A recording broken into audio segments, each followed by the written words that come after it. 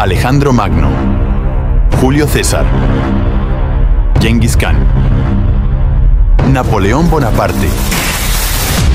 El fin de los 4 grandes conquistadores. Alejandro Magno imagina a un hombre que lloró porque conquistar 2 millones de millas cuadradas no fue suficiente para él, el cazador de la gloria. A Alejandro Magno solo le importaba una cosa: conquistar el mundo. Lanzó a su ejército a la batalla sin miedo a la derrota, como si fuera inmortal. ¿Y por qué no pensaría eso? El hombre estaba en una racha de victorias durante 10 años, sus hombres estaban cansados y querían volver a casa para disfrutar de los lujos que habían ganado.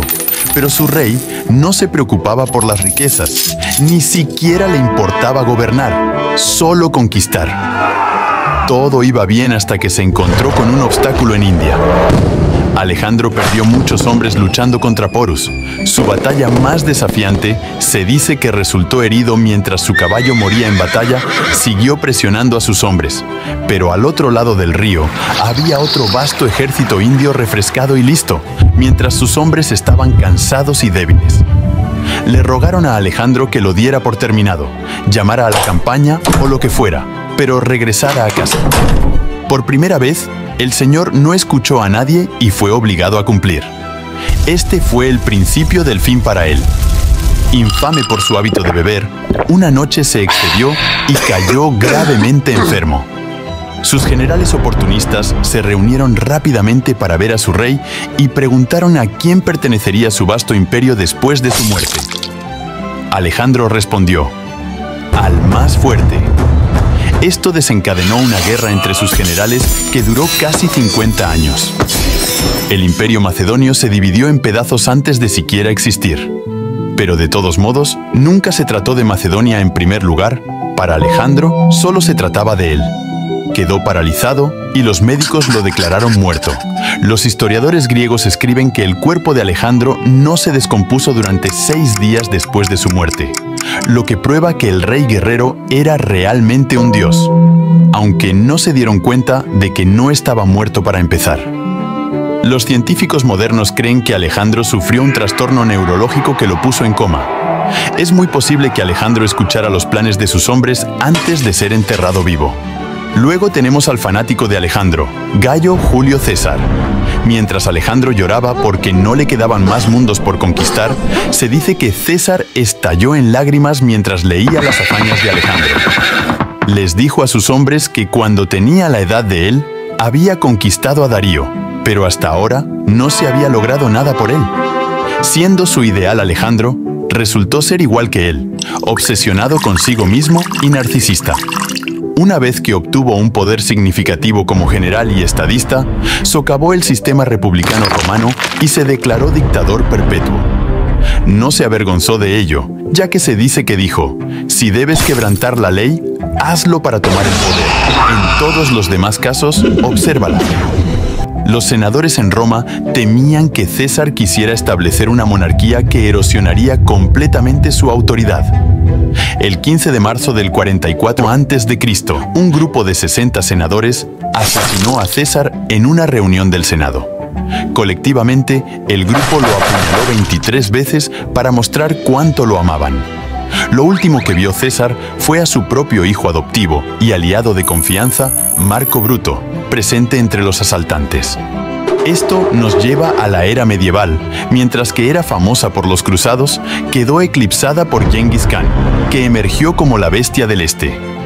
Logró conquistar el doble de tierras que Alejandro y estaba decidido a llevar al mundo entero bajo una espada. Pero a diferencia de Alejandro o César, él no se veía a sí mismo como un dios o un mesías.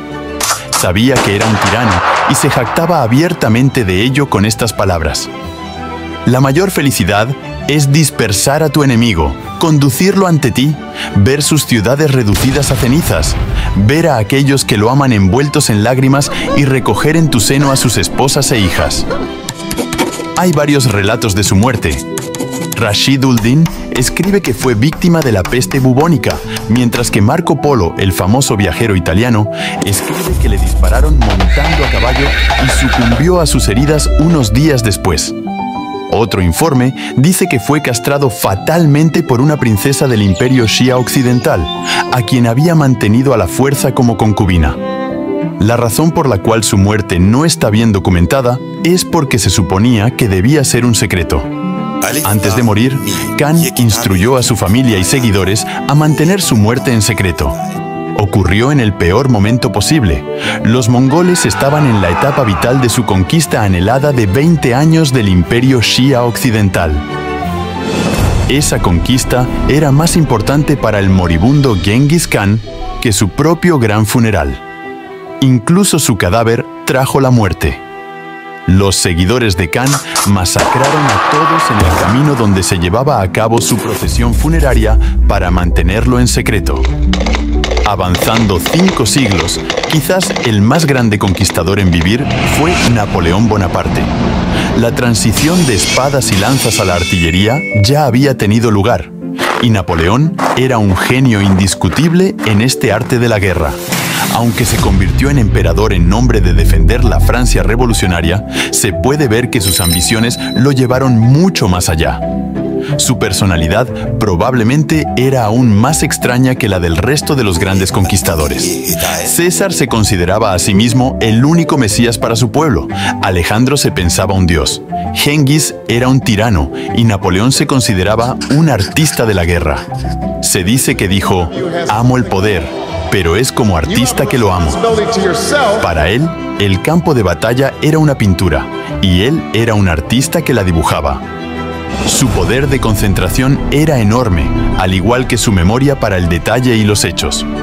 Una vez, en una campaña en 1805, uno de sus subordinados no podía localizar su división mientras sus ayudantes buscaban en mapas y papeles.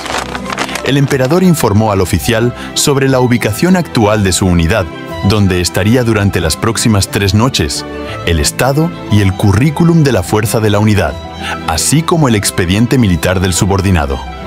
Esto de un ejército con 7 cuerpos y un total de 200.000 hombres, con todas las unidades en la luna. Todo estaba en su cabeza.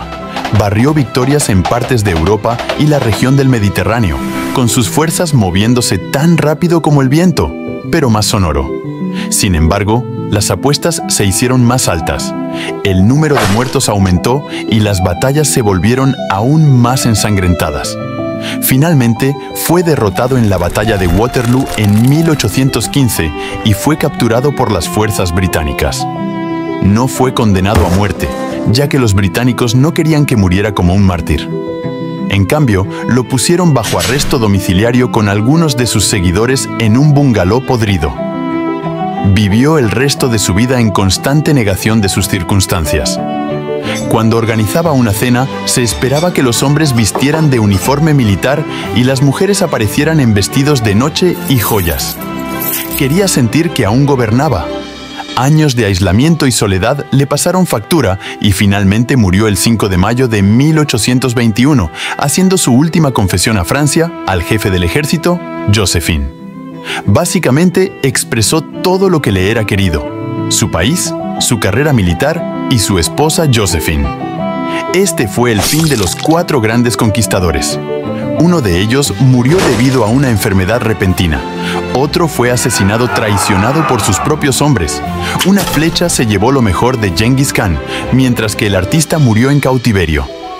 Aunque los 4 grandes conquistadores dejaron este mundo en circunstancias diferentes, tenían una sola cosa en común: todos murieron deseando más.